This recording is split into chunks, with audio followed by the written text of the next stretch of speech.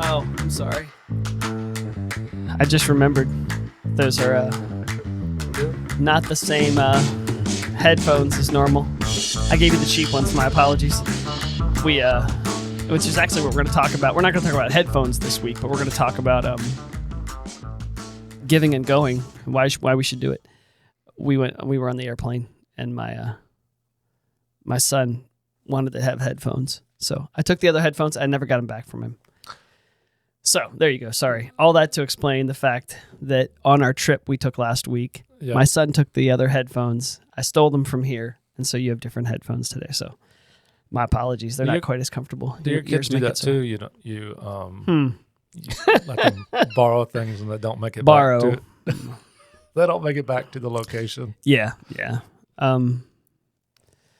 I came home from church the other morning. Well, it was that we're there several hours. I came home and the door, and you know how cold it's been. Yeah. And the door from the garage to the house was open. And I was like, so my kids will tell you, and anyone who knows me will tell you that I'm like this door, like it's something about it, just my OCD. When you don't close the door behind you, you open the door and you go in and you don't close it directly behind you. I'm like, what are you doing? What are you? So, this is not what we're talking about today, but yeah, I was like, this door's been open for the last, and here's the thing, is you can't do anything about it now. I can close the door and just realize, okay, well, there goes a bunch of money spent in heat. So yeah, my kids, yes, they borrow stuff and then I don't get it back. Yeah. But I'm sure I did the same. That's the thing, is I think it's just God chuckles and says, yep, you did the same. Or my parents chuckle.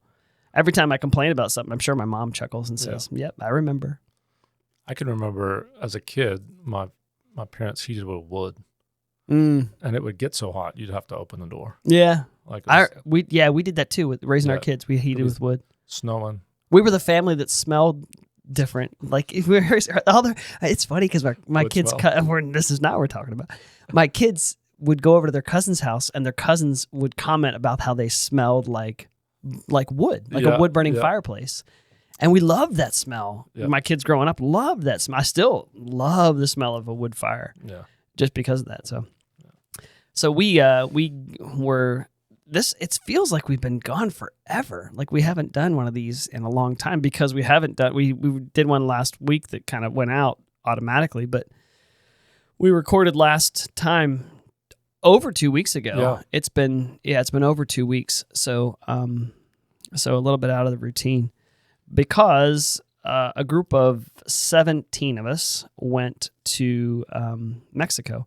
So we headed out on Saturday. And today we're talking about why we should, as Christians, as just people, why it's important to give and to go. Why that's important. What does that do in us? What does that do outside of us? And why we should prioritize it. Anyway, so we left on Saturday, week before last, Saturday a week ago, and got into Mexico, and then we saw the storm rolling in here, and we're in Mexico in 70 degrees. Well, we flew out to San Diego and then drove down on Sunday, and as we're driving down on Sunday, and I think Sunday evening here, I think it snowed, and it was like ridiculously cold. Well, yeah, the next few days were very cold. Yep, as it is now. And we're in 70s and sunny. And the reason why we went, there's a really cool organization there in Ensenada, Mexico called YUGO, YUGO. And I forget, they told us what the acronym stood for, and I cannot remember it. But I need more vitamins, as we were talking about before the show. You were sounding old, actually. You were talking about all the vitamins that you need to take now, and I was thinking, you call me old. So, YUGO in Ensenada. And what we did was we were there for a week from Saturday through Saturday or Sunday through, and we left Saturday morning from Ensenada. And we built a house, which is really neat. Their organization's awesome. They have the foundation's poured when you get there. You fund it, you raise the money for the house. They identify a family that is needs a house. It's a family usually that either is renting or is in some need, and it's identified through the local church. Hugo partners with local churches. So we spent Monday, Tuesday, Wednesday building a house, which I posted some videos on my Facebook, I believe. But it's the organization is really, really cool. So, sorry, before we get into all the details of that, just the idea. Let's back up a second. The concept of giving, of whether it's giving of our time, giving of our energy. And we've brushed around this in the past, I think, on this, and we've talked about it. Yeah. But I'd like to focus a little bit more on it today. Why do you think that is? Let me ask you this outside, because I'm usually the one bringing things. We always kind of get into the same perspective usually because we're coming at things with similar views and backgrounds. But is it important inside the church? Is it important outside the church? Do you think it's only a church thing? Do you think the concept of giving and going is a church thing? Or do you think it's only a church thing? Can you generalize that? Yeah, I mean, obviously, you don't go on a store anymore without them asking you to give. Oh my goodness! Do you want to round up? Do you want to, give That's to interesting. this, Yeah, give yeah. to that, or do this? So corporate generosity is certainly a thing that corporations feel like, and somehow translates to assisting their bottom line in some way. Being seen as a benevolent corporation is probably, I guess they assume that's a positive look for most of them. So you definitely see it, a lot of different places. I think motive behind it is really important. There's a lot of nonprofits out there that do a lot of good things, but motive behind it, secular organizations going in, building wells in places that need it or housing or things like that. Yeah, I can get on board with that. I'm not going to probably not going to support it with my money. Yeah. Because I think the Lord asks something, higher, I guess, of us when we are giving and thinking about investing in other cultures and other places. I think we ought to consider certainly the gospel first. We can help people with needs, and Jesus certainly did that. And I think there's a lot of biblical examples and calling toward short-term missions, long-term missions in some cases. Yeah. But you see short-term missions in Scripture. But it all undergirds the presentation and the advancement of the gospel. So that is one of the things with Christian short-term missions, I think, that we have to be cautious about is, either glorified vacation or, that's one of our. Sorry, people accuse me of cutting you off sometimes, and I'm thinking, no, I never cut him off. That was one of our problems with Hugo, is that they fed us so well. Oh yeah, their kitchens, they're so good. Yeah. And they fed us really well, and so it made me feel kind of guilty. Yeah. Being there on a missions trip, being fed so well. Yeah. That's why I think for Christians, the gospel has to be at the forefront. That's got to be in the forefront of your mind, the gospel presentation, because everywhere, you've done a lot of travel around the world, and I've done a little bit. And my experience has been most of the missionaries that I meet try to treat you as well as they can. Yeah, that's true. In a lot of cultures, particularly if you're going to the third world cultures, you're treated very, very well, very, very kindly. And it can become a glorified vacation in some ways if you don't recall your purpose in going. And I think that's where Acts 13 really gives us some real guidance into going and giving and other things. And they said, they were praying and seeking, and the Holy Spirit said to them, "Set apart for us Saul and Barnabas for the work to which I've called them." They prayed, lay hands on them, gave them resources, and sent them on their way. Interesting. And for their culture, or that time period, that technically probably was a short-term mission trip of probably 2-3 years. Right. But because of travel and other things, but return and come back to report to the church. And it's very similar to our short-term missions. We just don't have as long to travel. And we don't get shipwrecked. Yeah. Because Paul talks about all the times. Hopefully. Yeah, it was a lot more treacherous back then to travel. Yeah. Yeah, and that is it's an interesting clarification, at least, is that motivation matters. Why you're going matters. Yeah. Because I've always realized, and that especially when I see, because we have traveled. Brandy started out of college going to West Africa, to Ghana, and it changed her world the minute she landed. Just her worldview. It changed her worldview. Yeah, it does. And it changed her most profoundly, maybe even more than the people then that she impacted while she was there. She was in the Peace Corps there. And so, and then when I traveled there to visit her, it also, as soon as I landed in another country, another culture, different people, everything was different.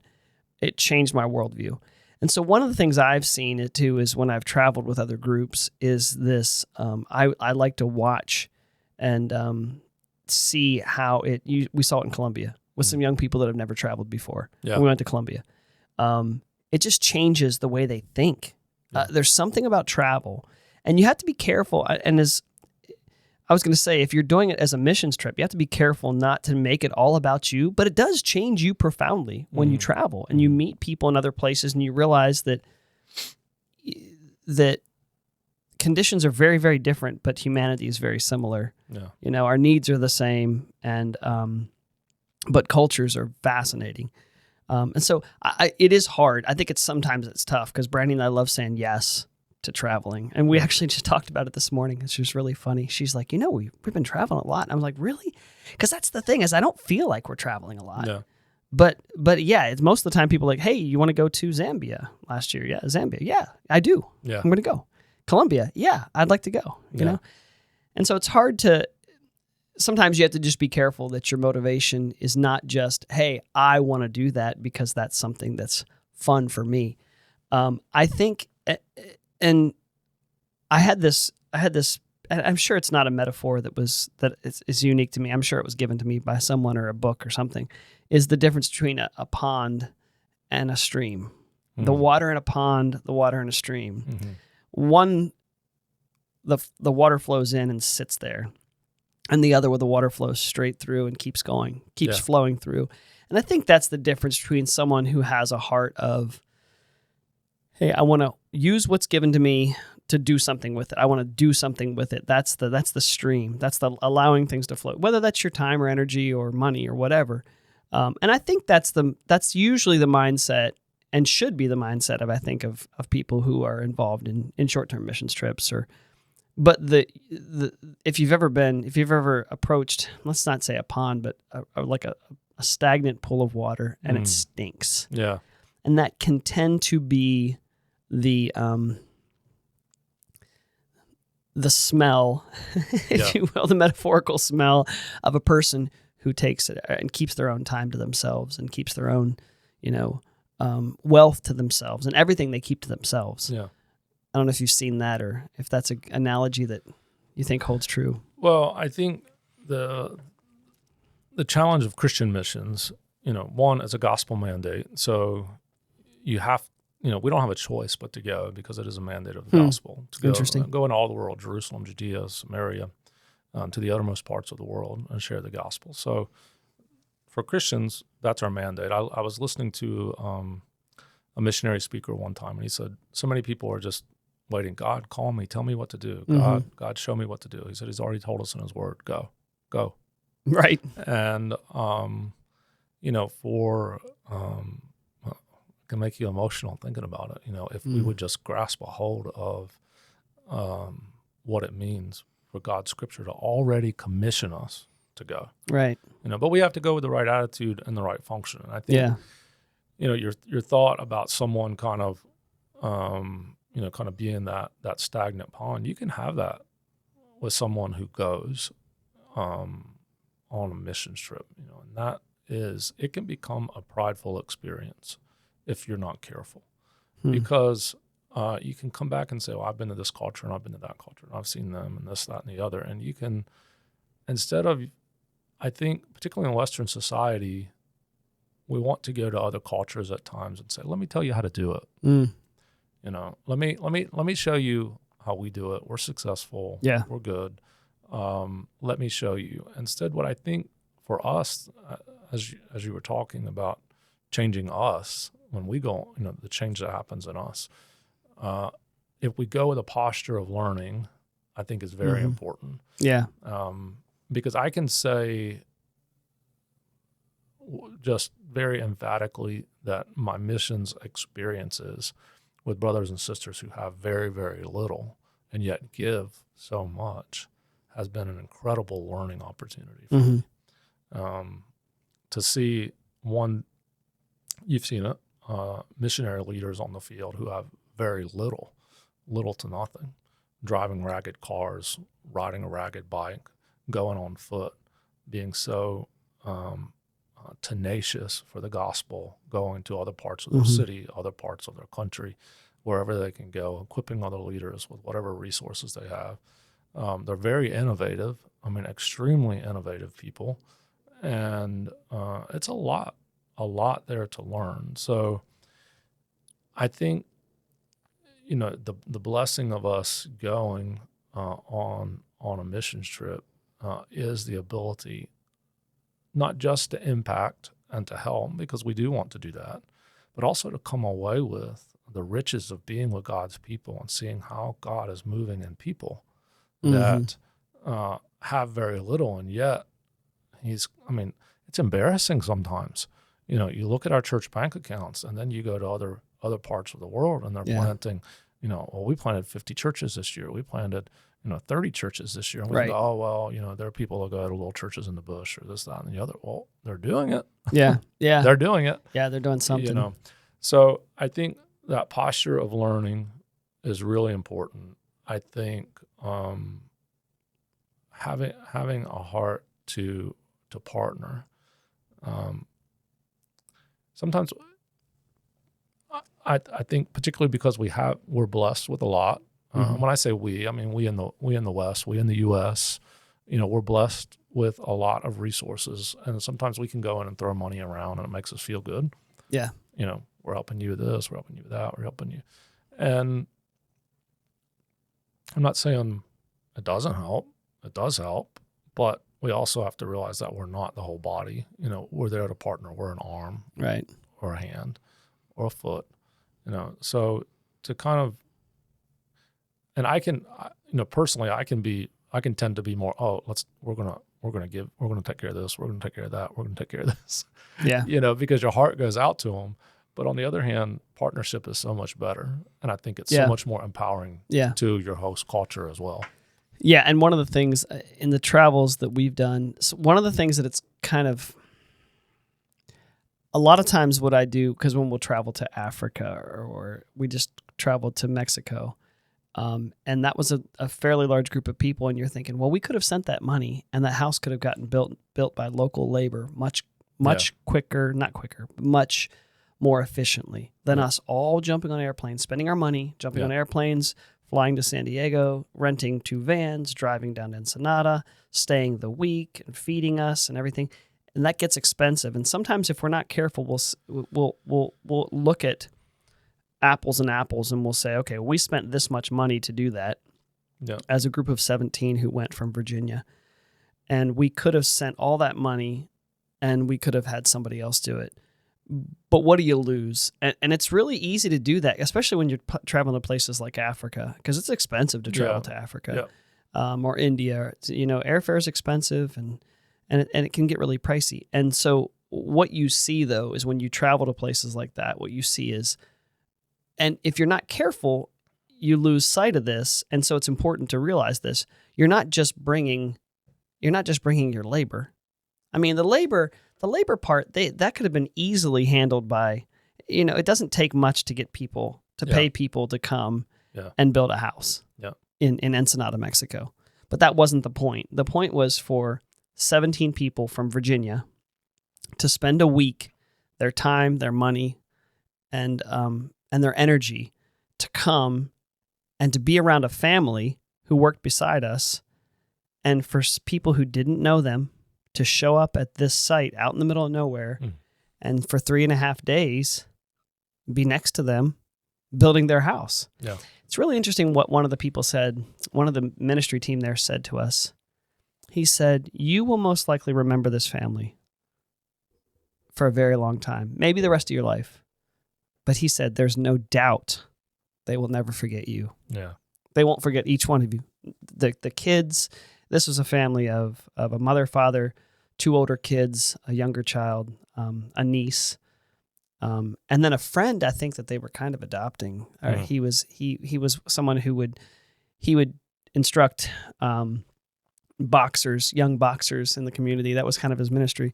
The family we built for, and the one guy was there most of the time. And so this was a decent sized family, and he said, they will never forget you. They'll probably remember the whole team the rest of their life. And I think that's something that couldn't have been part of us sending dollars and saying, "Hey, we want to build a house here." Yeah. And so I think sometimes, and I've done it myself because I've been involved in funding missions projects before, and you see the difference between sending American missionaries, short term with American money to other places, and you can really, if you're not careful, you can say, "Wow, that's just not worth the money." Yeah. But you've seen it in Africa too when you go, and they're so encouraged by the fact that you came and spent your time and money there. Yeah. Just you think out loud, you think that was the Lord's mission to us.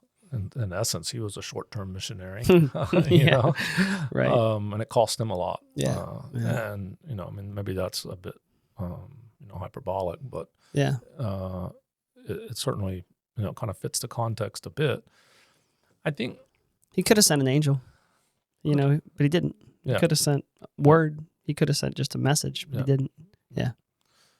But I think that with regards to short-term missions, you're doing multiple things. You are, again, I think it moves beyond just blessing the host culture and being a part of the host culture for a little while. I think particularly for young people, you're also helping young people to discern calling.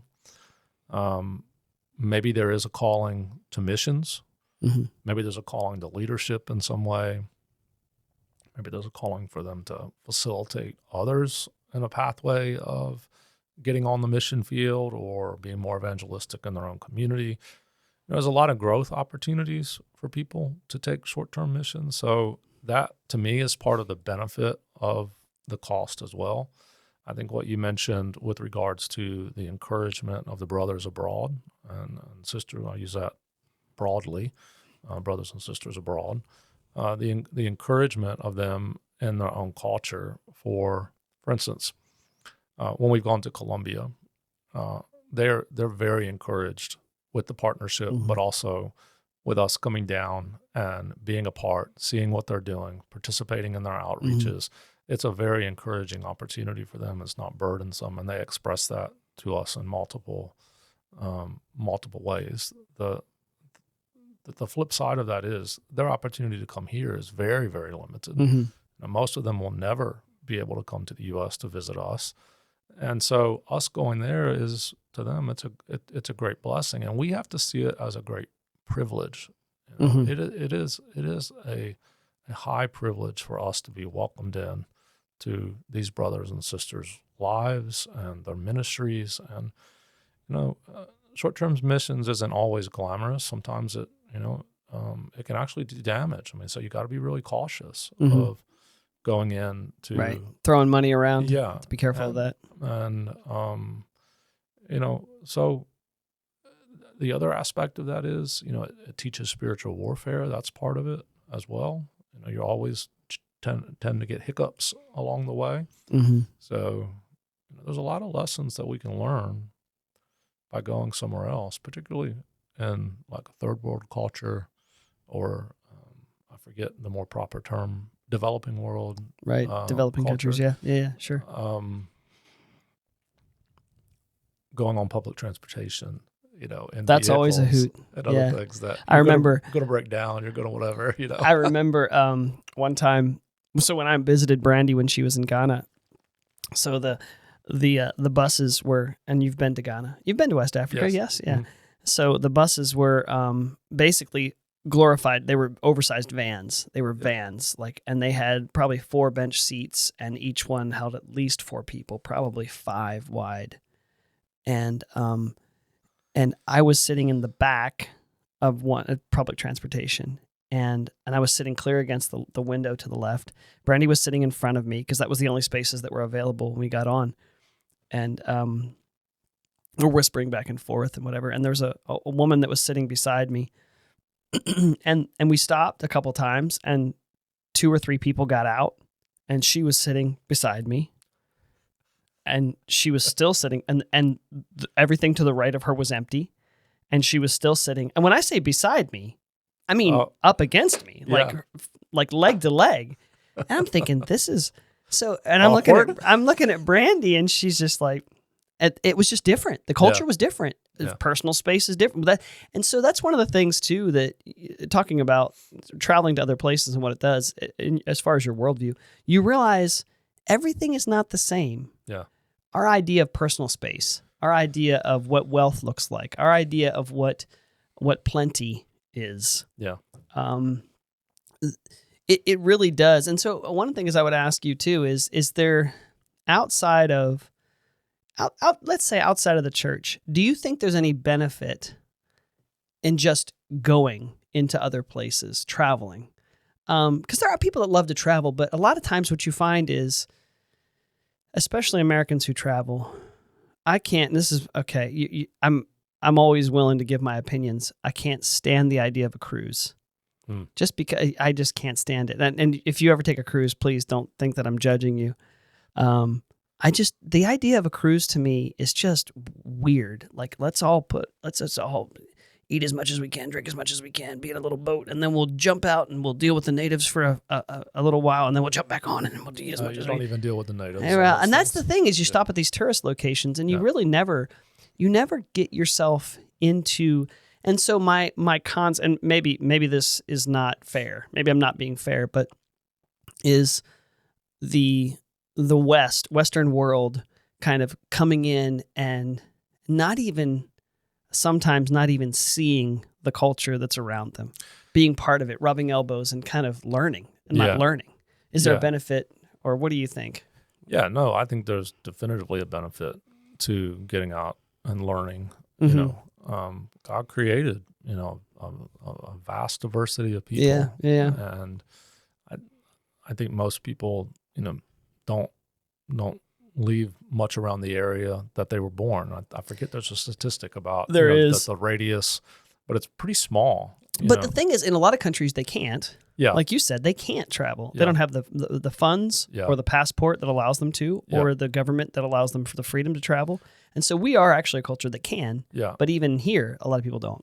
Yeah. And there is this, I think there's this push from the scriptures that those who have and are privileged have a responsibility to those who don't have.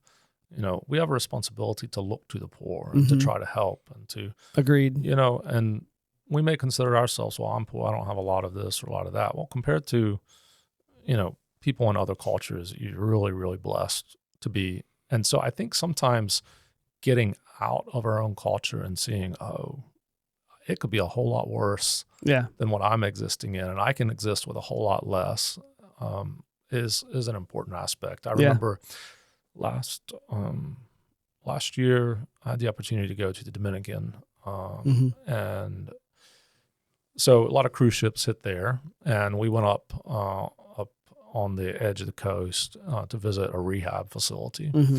And so were a lot of the people from the cruise ships visiting the rehab facility as well? Sorry. So this rehab facility was basically a 2-car garage. It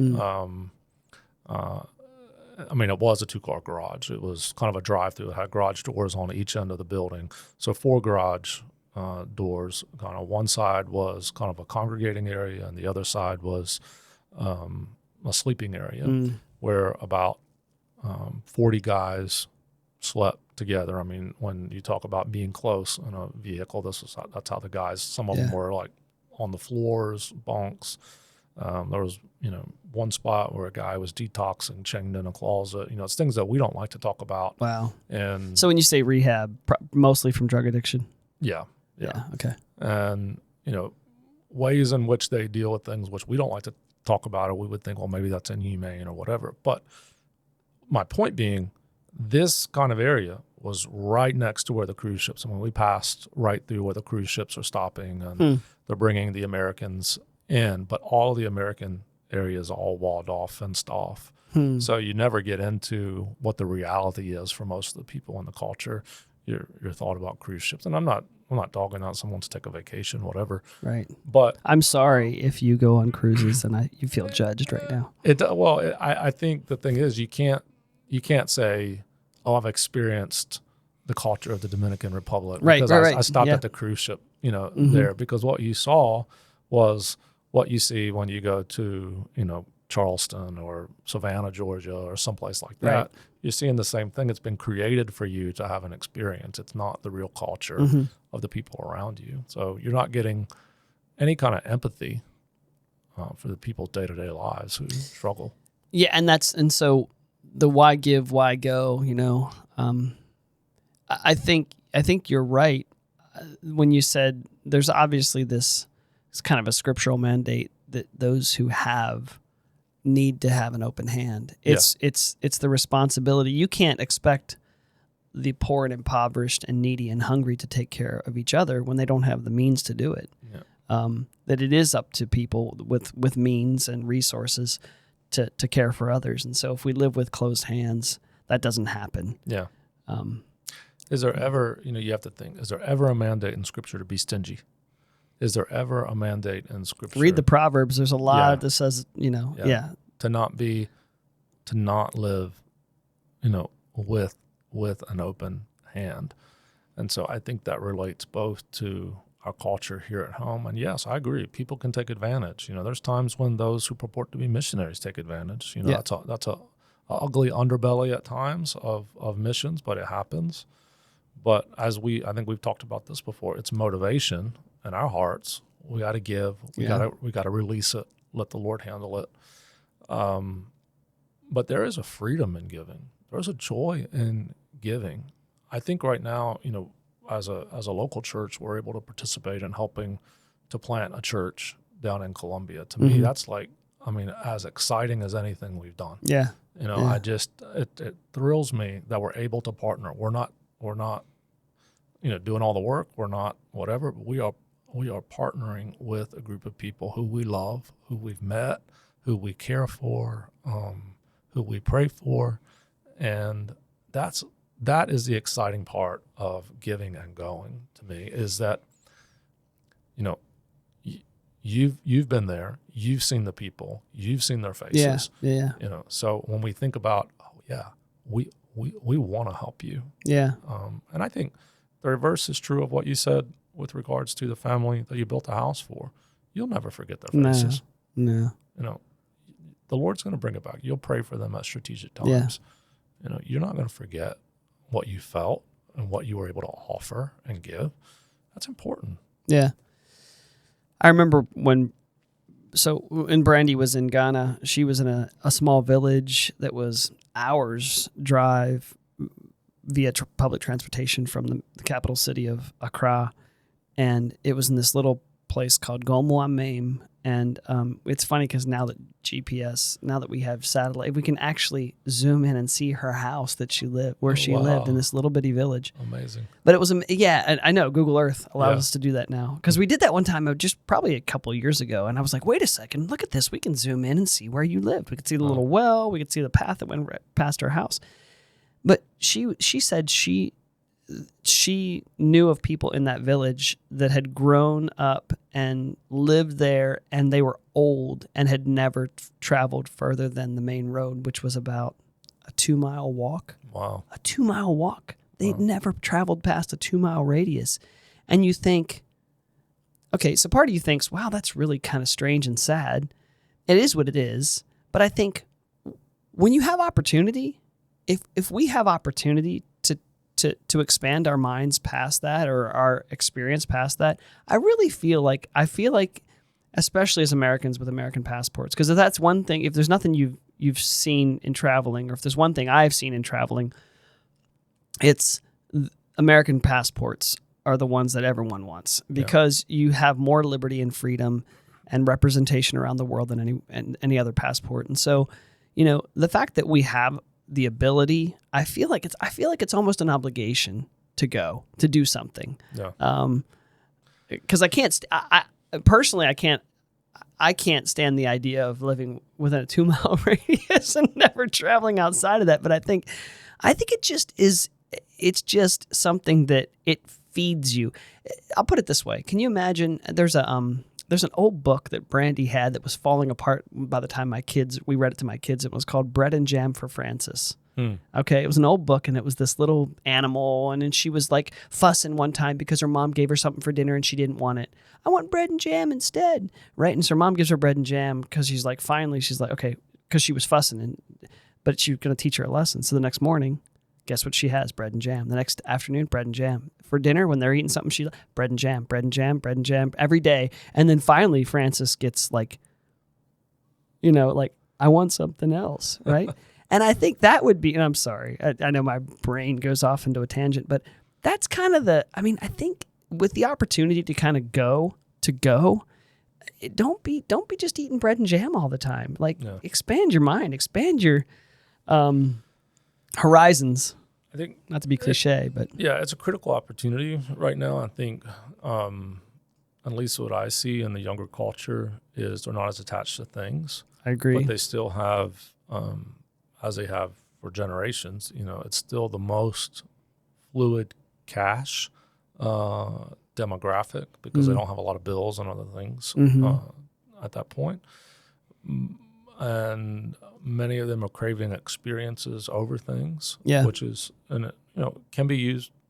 That can have its own negatives, sure, but in the right light, it can have some real positive aspects. To be willing to save, to pray about, to think about, to hear God's voice. I mean, I do think that's a critical element to going, is that I don't think it's wise for a believer to kind of take a dart and throw it at a map and say, okay, I'm going there. Yeah. I think just like Paul and Barnabas in Acts 13, you need to hear the voice of the Lord that I want you to go here. I want this experience for you. And then see God provide, and then see God work while you're there. And when you come back, to continue to develop the relationships, if you can, nurture relationships with particular leaders. And I would say the other thing, particularly for young people who are going into other cultures, is talk to people who have gone into other cultures before you. With technology and other things, when you're going into a developing culture and you're showing so many things, maybe you're comparing pictures or whatever, and you're showing your house compared to their house or other things, there's wisdom to not do some of those don't things. ever do that. So, don't ever go into a third world country and pull out pictures. This is what I have. You want to be careful of that, because that can breed an unhealthy relationship between you and the host culture, who may call on you to, can you fund this? Can you do that? Can you, so those are things that are wisdom. And so I think it's necessary to have wisdom from people who have more longer term experience in missions, as you're giving, as you're going. I think looking to give to the right causes. I was going to ask you about that giving. Yeah. How do we give well? Assuming that we see the importance of giving. Yeah. And again, the pond versus the stream.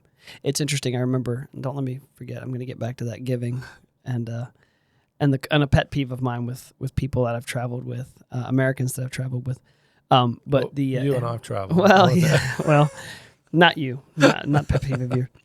With you, there was a missionary one time in a church where I was, and the missionary, he was from Russia, and he was trying to speak through a translator, and he was trying his hardest to figure out the word that he was looking for, and he was saying, if we're not careful, the Western church can be a barn and he kept on, and he finally got it. It was manure. Oh. He may have been saying it more crudely in his language, but manure, a barn full of manure, all in one place, piled up.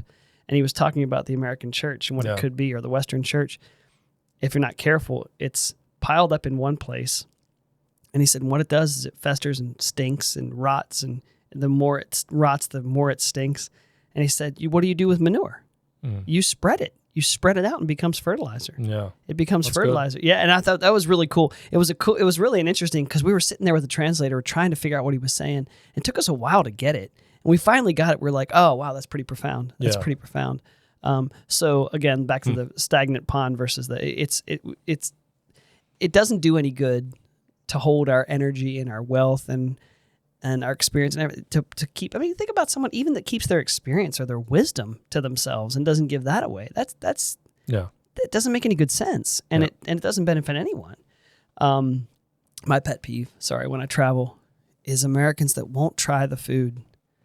I want to slap them.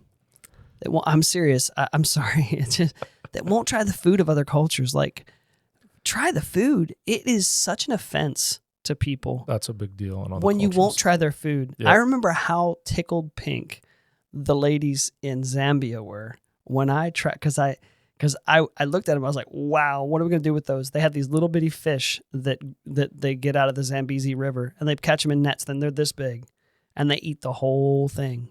So they fry them up in a pan just like that. They throw them straight from the river into the pan, and they do a bunch of them, and then they throw them into a bowl, and you eat the whole thing. Everything. And the bones are so soft. You just kind of chew them up. They're little teeny, maybe they're maybe smaller than that. They're little teeny weeny things like sardines almost, but smaller even. And you eat that, and I was like, and I told them, because I had to speak. I wasn't speaking through a translator. It was the ladies that were cooking. They were so sweet. They were cooking every day, all day. And I told them I was going to eat some, so they wanted to see me eat them. And it was really, but there's something about food in another culture. It's one of those things that you can't quite put your finger on why it's important, but it is. And so what I would say as an encouragement to people when they do travel, if you do travel, or if this kind of, intrigues you and you think, maybe I should think about a missions trip, is be ready to go outside your comfort zone. And it may taste so, it may shock your system when you eat it. But just be willing to do that. Go outside your comfort, because it means a lot to people when you try their food. I don't know if you've experienced that same thing or been around people that are, oh no, I can't eat that. I'm just eating. I'm happy to eat. Yeah, right. You just feed me. I'm glad to eat. I don't recall. I recall in Africa one time there was they fixed cassava, and it was like in it's kind of almost like a gelatin. Fufu. Kind of fufu. And there's one called banku, which is corn, and cassava. They pound it. Yeah. They pound it and pound it and pound it and fold it over and pound it. And it's in like a little loaf, like a really gel. Yeah. And you pinch it and you dip it in soup. Yeah. Like groundnut soup. And so that is the only thing that I recall. I ate it. I tried it, but I couldn't eat all of it. Like it had gotten, I tried. And that's the other thing, because as we talked about in the beginning, oftentimes you're treated almost like royalty in some way. And so they had prepared all this food. It was three of us who had gone. Yeah. For the three of us, and they stood behind us watching. And that was what I dealt with in Ghana as well when I was there. And I had just gotten over a 24-hour bug. Oh my goodness. And I had just emptied myself of everything for the past 24 hours, and I was just starting to feel a little better. And someone comes and lays out food in front of me, and I'm like, "Oh my goodness!" Yeah. And but I tried it. But anyway, that's important. It's important it's just as important as it is not to kind of show things. Oh, hey, look at where I come from or what I have. Or it's also important to kind of to meet them at their level. Yeah. Because we would want the same thing when someone walks into my house. I don't want them turning up their nose at my food. Yeah. That'd be offensive. Yeah. Yeah. Giving. How do we do it well, and how do we know that we're? What are some practical things? First of all, giving I think is important. It's just as a kind of a personal discipline, to learn how to give. But how do we do it responsibly? what are some practical lessons there? What do you think? I think for us, I'd be careful giving to individuals on the mission field directly. So if you have a good relationship, for instance, I'll use the example of Colombia. We have a good relationship with a partner there. And so we'll go and visit pastors, and when we've gone before, we visit, in churches or other things. And so I would always ask him, is it okay to give? Is this amount okay? I was going to say that's the amount, because we don't the transfer of right. dollars to pesos or whatever it is. Yeah, we don't know if we're given 10 pesos, that might be a little teeny bit or it might be a huge amount. Yeah. And so he would help guide. So I think when you're on the field, being very respectful of your host, whoever that individual is, I would be very cautious about sending money to people, to individuals after you come home. Yeah, right, right. Like, so you've gone and now you've made some relationships with 4 or 5 different people. Be very cautious sending money back to individuals, without working through a contact in the country. Good point. So I think that it makes you not come across as a cash cow. I'm just, look at me, I can give, and you're giving like $50, and you feel like you're a king giving money away. But it also keeps the chain of command in the proper order. Particularly again with pastors and leaders. Sure. You want them to go through that one person to come to you instead of having multiple people come to you, because you can't always vet all those needs. But if you have a trusted contact, that trusted contact can appropriately vet the needs. I think for churches, you can work with missions organizations who are reputable. A lot of churches like doing that. But I think the other way is for the church itself to have strong strategic partnership with what they're supporting, which is, again, the blessing of short-term missions is, on the field, hey, we need a car. Okay, we're going to fundraise for your car. We're sending you the money for the car, and then we're going to come visit. We want to see the car, or send us pictures of the car, send us pictures of the bike, send us pictures of, the birthing center that you're building, or other things. You're seeing the funds go directly for what they're needed for. Yeah, that's a really good point too. And one of the things we do with our church, and this is something you can, if you give through your church, you can ask, are there any administrative fees attached to my giving? Like what percentage of the $1 that I just gave to missions or whatever it is goes to that particular cause? And for us, it's 100%. It's, administrative fees are covered by other parts of our budget, not with designated giving. Designated giving goes 100%. And that's a lot of churches, I think, do that. Yeah. Not all. And that's one of the problems I have. And you said one of the things you highlighted earlier was that every time you go to use your credit card at a store, anything, Lowe's, it's everywhere. I can't remember where I was. Oh, yeah, sorry. I'm not going to throw. Yeah, I will. Best Buy, under the bus. It's like they ask you 7 different questions before I can just say, yes, I just want to buy this thing that I'm checking out. Why are you asking me if I want to do this, this, this, and this? And half the time it is, do you want to give to this organization? What some people don't realize is that what happens there is it's not Best Buy that's raising that money. It is another organization that gives Best Buy a cut. They just come in and make it really easy for Best Buy, or not Best Buy, sorry, whatever organization is that's saying, hey, would you like to round up and give to March of Dimes or whatever it is. It's not the company typically. It's the organization, the merchant or whatever, it's the organization that attaches itself to that merchant processing, and they get like 90% of it a lot of times. Maybe not 90, but I've heard of ridiculous numbers of the fundraising arms of the Red Cross. That's one that I heard one time. The fundraising arm of the Red Cross, I think it's a separate entity. Yeah. And when they go out and try to raise funds for them, they get a ridiculous percentage of that. And so a lot of times people, and why I said kind of some good rules of thumb for giving, is people, they want to do something good, and they're just funding, 90% of what they're giving is going to someone, to an organization that's just, all they do is fundraise. That's just a fundraising organization, has nothing to do with the cause that you're trying to give to. Whether that's the SPCA, I think that's another one that you can actually, I think, if I'm not mistaken, you can usually see what their administrative fees are with online resources. Yeah, any nonprofits in the U.S. That are not churches, so a church can have a nonprofit. A church, by designation of a church, has a nonprofit status, but they can also file to have an official nonprofit status from the IRS. Any other organization except for churches that have a nonprofit status have to file a Form 990, I think it's 990, which details their finances, what they raise, like what their main people are getting paid and everything. Right. So it's kind of like a financial statement. And you can go online and pull all those. And there's other places, Evangelical Center for Financial Accountability, I think that's right, is the name, that kind of rates. There's, I think it's Charity Rater, something along those lines. There's a couple organizations.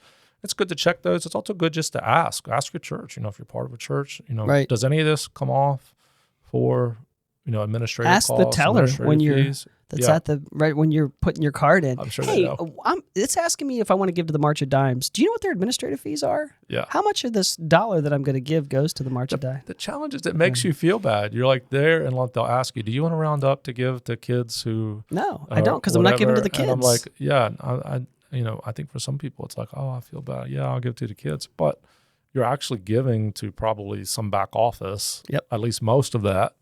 That's not actually going to a kid. Definitely most. Yeah. Whereas most of the giving through the local church and reputable missions organizations gets to the field. Yeah. And that's why the church does such a good job. I mean, I think overall the church does a really good job of seeing the gospel go forward in world missions all over the world. And I mean, there is a dogged pursuit among some organizations, missions organizations, churches, to get every people group evangelized. Mm-hmm. They're counting it, they're logging it, they're looking at it, and I think that's a really good thing.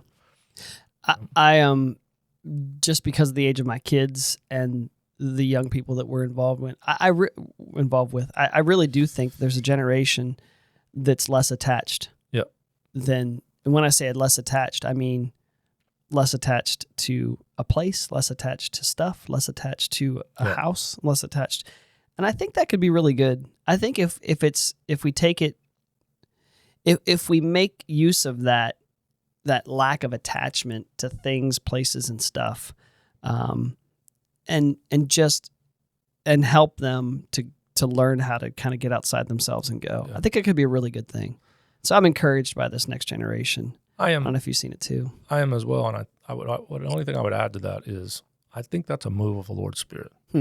That's a move of the Lord's Spirit for the end of the age to get as many people on the field, both here and abroad, as possible. Because you can't have an attachment to things of this world. That's what Jesus says this over and over and over and over again. And so there's kind of already built in, even in the secular mindset of that of the generation behind us, of this lack of attachment to stuff. And I see it, which is very beneficial. I was going to say I see it in my industry. People get attached to stuff, and let's say it's a firearm or something. I'll often say to people when I deal with, and I don't deal with people in the shops very often, but when I do, and I can sense that, I say to people, this is going to outlive you, right? This gun's going to outlive you. Yeah. Your house is going to outlive you. Yeah. So who owns what? Do you own it, or does it own you? Or and that's me too. Yeah. Most of the stuff that I own is going to outlive me. So who really owns it? I don't own it. And so I think it's a good thing. And we'll get into that. I think it's a good thing that maybe this next generation of, let's say, Americans, because we have this fixation on stuff, or have in my generation anyway. I know you're way behind me, much younger, but this attachment to stuff. Maybe we're getting to the point where it'll just be a much more straightforward process of saying, hey, you need to give and go. Yeah.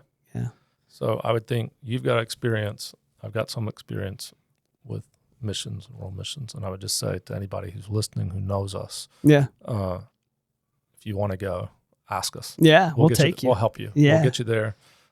We'd love to see you on the field. On that note, there we go. Good. Thanks. Good stuff. Thanks. Yep.